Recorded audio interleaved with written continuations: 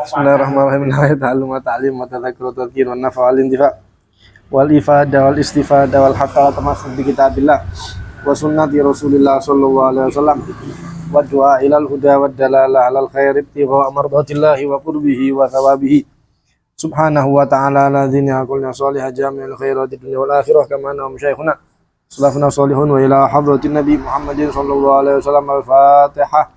A'udzu billahi minasyaitonir rajim. Bismillahirrahmanirrahim. Alhamdulillahirabbil alamin arrahmanir rahim maliki yaumiddin. Iyyaka na'budu wa iyyaka nasta'in. Ihdinas siratal mustaqim. Siratal ladzina an'amta 'alaihim ghairil maghdubi 'alaihim waladdallin. Amin. Ilan qalan musannif radhiyallahu ta'ala anhu wa nafa'ana bihi wa bi ulumihi fid dharain amin. Radhiyallahu ankum. Masail min auqatis shalah. Kalau wingi dibahas masalah waktu-waktunya sholat. Nah, saat menika membahas masalah-masalah yang terkait dengan waktu-waktu sholat. Yang pertama diantaranya wa yukrahun naumu qabla sholatil isya wa ba'da sholatis subhi wal asri. Dimakruhkan hukumnya tidur sebelum sholat isya, ba'da maghrib derengi sholat isya. Niku hukum tidur di saat itu adalah makruh.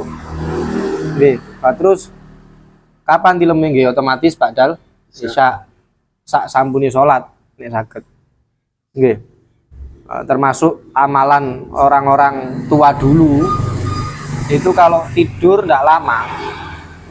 Jadi ini kan model-modelnya kan zaman modern nyangkruk dhisik baru sakit tilep.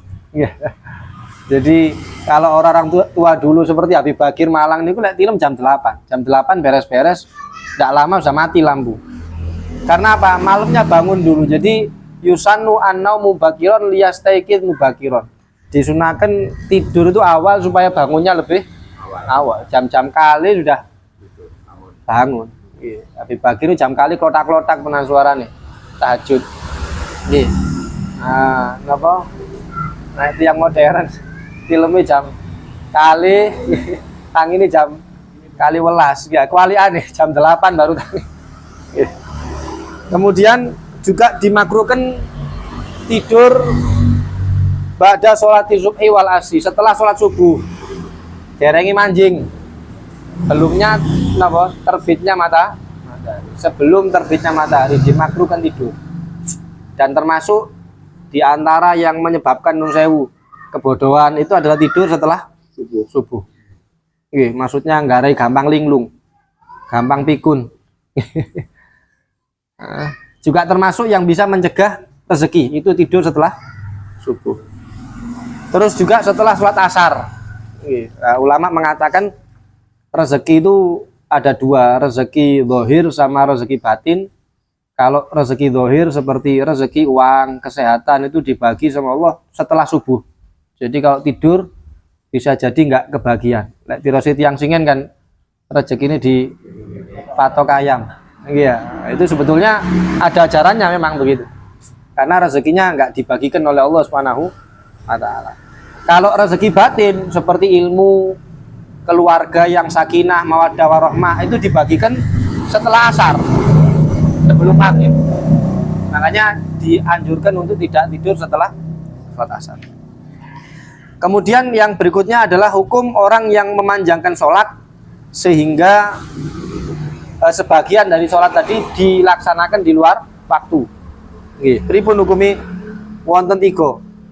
Sing pertama tarotan yabqa minal waqti qadru ma yasa'us shalah fi sunaniha.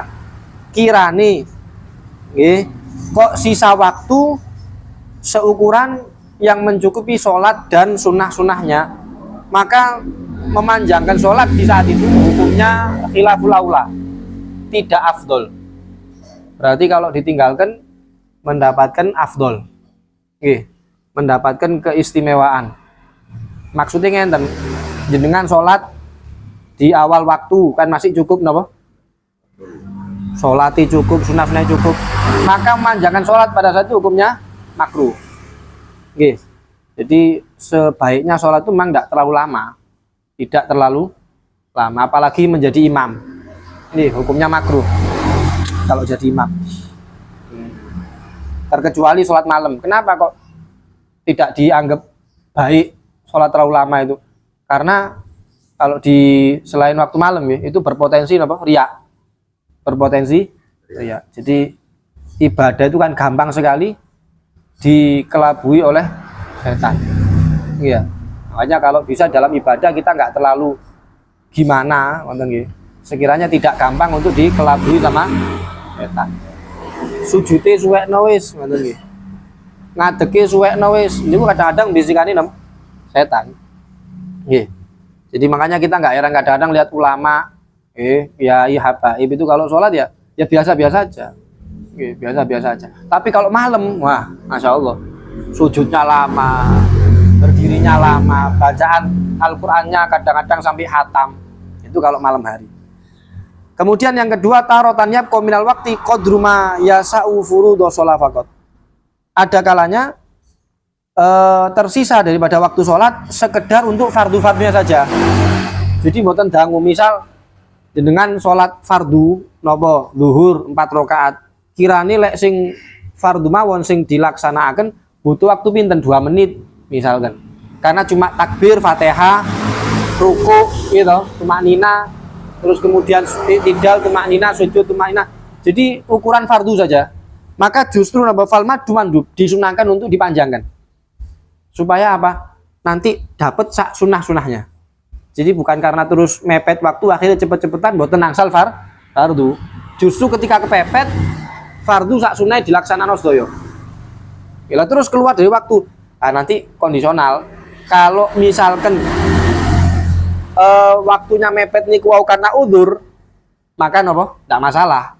Tidak masalah. Tapi kalau nggak ada udzur, lah ini yang harus dipercepat sehingga tidak keluar daripada napa? Waktu. Kemudian tarotannya kominal waktu qadruma la sak furudoha. Kadang mepet banget sampai sholat mawon mboten nutut. Ya, mek nutut sak rakaat tok misal. Maka tidak boleh dipanjangkan. Memanjangkan di saat itu hukumnya haram. Jadi secukupnya saja sholatnya. Pun. Kemudian termasuk masalah waktu adalah idza atroka rakaatan fil waqti sawa'un kana bi udhrin am bi ghairi udhrin fa illam yudrik rakaatan fil waqti fatakunu qadha'an. Orang kok waktu sholatnya niku mepet, baik karena udzur atau bukan karena udzur, sholatnya dikatakan ada bukan qadha kalau mendapatkan 1 rakaat. Kalau tidak sampai 1 rakaat maka sholatnya dihitung qadha walaupun takbirnya dilaksanakan di dalam waktu. Jadi hitungan sholat itu apakah ada atau qadha tergantung mendapatkan 1 rakaat napa mboten. Berarti dengan takbir, Fatihah, ruku, sampai berdiri lagi baru azan di waktu yang berikutnya. Hitungan sholatnya masih ada. Tapi kalau tidak sampai 1 rakaat baru dihitung qadha. Kemudian dikatakan sama Nabi SAW, afdhul amal as-shalah fi awali waqtiha. Paling afdolnya amal adalah sholat di awal waktu. Cuma ada kondisi-kondisi tertentu yang sholat itu justru lebih afdol untuk diakhirkan. Di antaranya seorang anak yang yakin bahwa dia akan balik, walaupun agak akhir sholatnya, yang penting nggak sampai keluarnya waktu, maka anak tadi itu lebih afdol untuk nunggu dia balik daripada sholat dilakukan pada saat belum balik. Lebih afdol nunggu balik. Hitung-hitung amal pertama yang akan dicatat sama Allah Subhanahu wa Ta'ala. Kalau dia menyangka atau bahkan yakin bakal balik dirantos mawon, atau orang yang terlalu pules tidurnya ma'asaatil waqt dan waktunya masih longgar, ngantuk banget terus waktunya sik longgar, wangsul nyambut damel enggal isya, belum sholat isya, tapi kan waktu isya kan rodok close, pripun lek tidur saat itu bagus, tidak masalah. Karena apa? Nabi itu melarang kita ini sholat atau berdoa dalam keadaan ngantuk. Akhirnya dungone malah ngawur. Sing awali nyuwun nikmat malah dapat musibah. gara-gara ngantuk, ya Allah, misalnya jenengan donga, ya bakda salat utawa pas salat niku dungane sing asli njaluk apik karena ngantuk malih keliru elek. Itu tidak dianjurkan sama Nabi. Kemudian orang yang yakin dengan jamaah. Jadi ini sekarang lagi tidak ada jamaah. Nanti jam-jam 2 baru ada jamaah zuhur. Lebih afdal untuk nunggu jamaah. Itu boleh. Ada sampai dikatakan sekitar 27 gambaran. Di situ seseorang lebih afdal mengakhirkan sholat. Ada banyak. Ini sebagian yang dibahas. Kemudian berikutnya adalah a'dzarus sholat. Udzur-udzurnya sholat. Udzur sholat ini maknanya bukan terus kemudian kita boleh meninggalkan sholat. Tapi udzur sholat maksudnya karena udzur ini akhirnya kita mengakhirkan sholat nggak sampai keluar waktu. Seandainya keluar waktu ya dimaafkan. Cuman nggak sampai orang itu diperbolehkan meninggalkan sholat. Iya. Napa mawon udzuri sholat ada 4 tertulis di sini.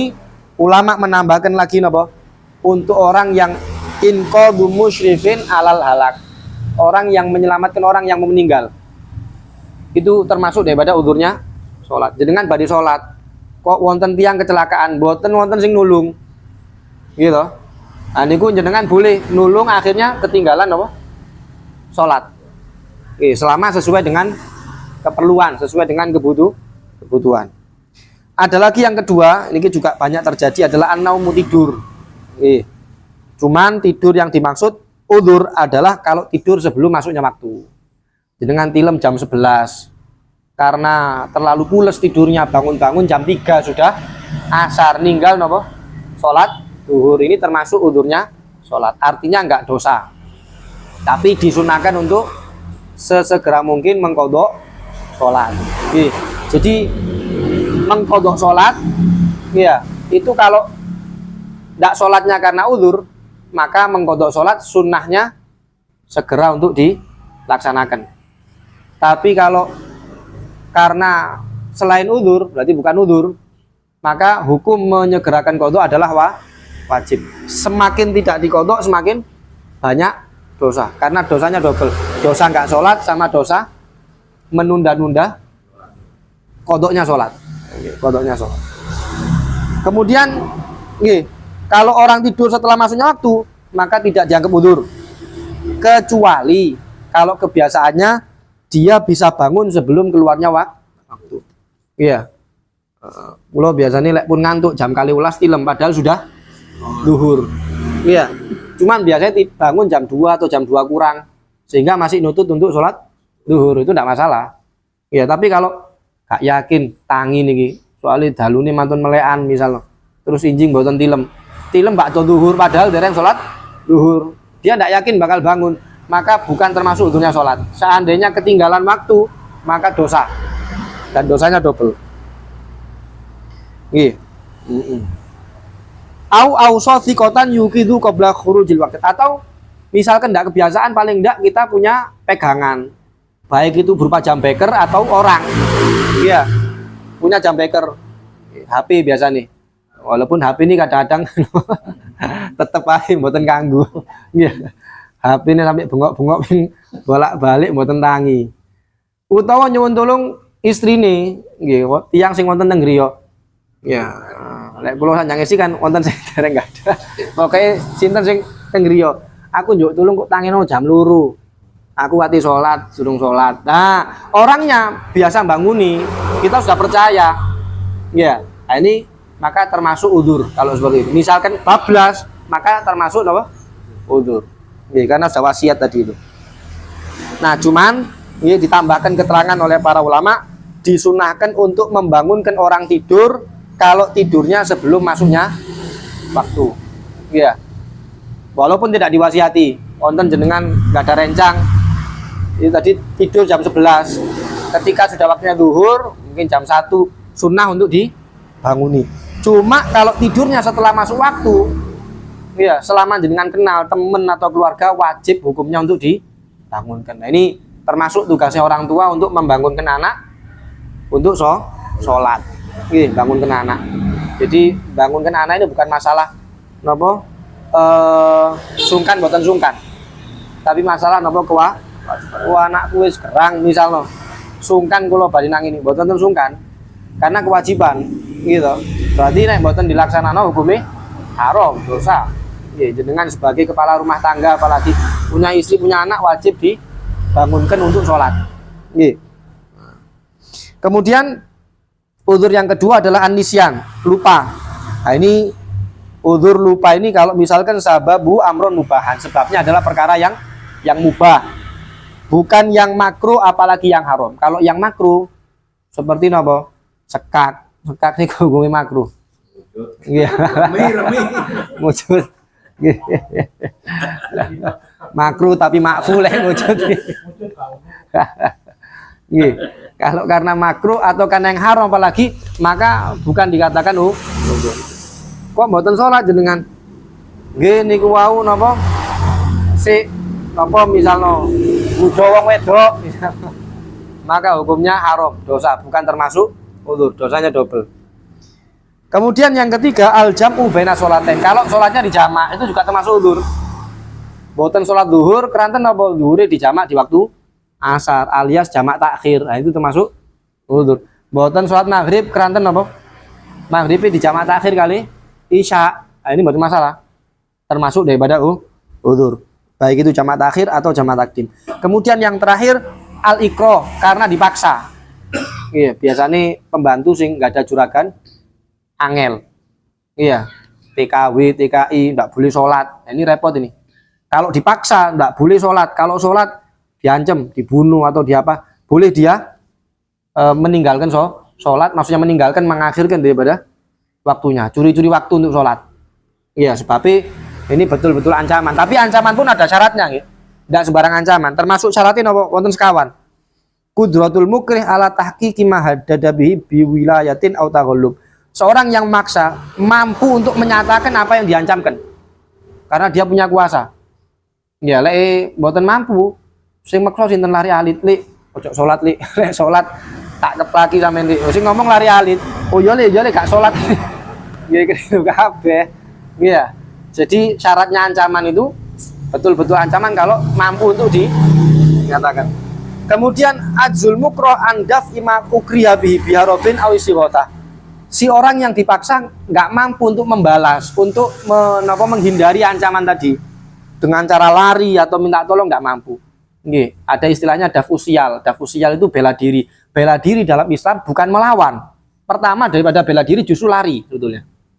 Walaupun kita pinter silat, pinter bela diri, pertama itu justru lari. Lari tidak bisa minta tolong. Minta tolong tidak bisa, baru boleh apa? Bela diri. Bukan melawan kita pukul, tapi bela diri. Maksudnya jangan sampai pukulan kena itu aja. Tapi kalau sudah terlalu parah, baru boleh kita pukul. Jadi syariat itu menjaga betul kehormatan seseorang, walaupun menyerang kita. Nah, orang yang dipaksa tidak sholat, kalau dia tidak mampu lari, tidak mampu minta tolong, ini termasuk daripada udzur. Kemudian dzannul mukrah annahu inimtana fa'alal mukrih ma khawafahu. Seorang yang dipaksa menyangka iki lek gak dilakoni penjalukane bakal napa?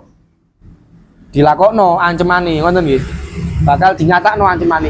Ini baru betul-betul ancaman yang menjadi udzurnya salat. Kemudian yang terakhir Allah takuna hunaka qarinatu ikhtiyar. Di situ enggak ada indikasi kemauan. Kalau ada indikasi kemauan maka bukan termasuk udzur. Iya. Orangnya seneng memang kalau tidak sholat, terus dipaksa kali juragane, ojo sholat loh, sholat tak tandangi namanya. Oh ya wis ketepaan. Nah ini bukan termasuk paksaan, bukan termasuk udzur. Ya, nah, makanya sebetulnya paksaan itu ada banyak macam-macam. Di bab nikah, di bab talak itu ada orang dipaksa untuk talak. Tapi yang saya tidak tergambar itu, walaupun dia syariat ada, tapi saya tidak tergambar itu orang dipaksa berzina. Iya, orang dipaksa. Itu di kitab ada orang dipaksa berzina maka tidak kena dosa, tidak kena hukuman. Cuman sampai sekarang saya tidak tergambar. Karena orang dipaksa zina. Iya. Sebetulnya orang dipaksa kan tidak bisa berdiri, tidak bisa bangun. Tapi biasanya orang, ya kesempatan sekalian, sakit ngadeg berarti ada kemauan, ada indikasi kemauan. Nah ini udzur-udzurnya sholat. Nggih, masalah paksaan umum global. Sing penting nggih wonten syarat-syarat. Lek syarat-syaratnya ada berarti betul-betul paksaan, betul-betul ancaman, nek mboten nggih bukan paksaan. Jadi nggak bisa sembarang kita laksanakan. Wallahu alam bisawab. Kalau diperkosa berarti si ceweknya nggak berdosa. Nggih, kalau dipaksa. Perkosaan itu kan Nggih.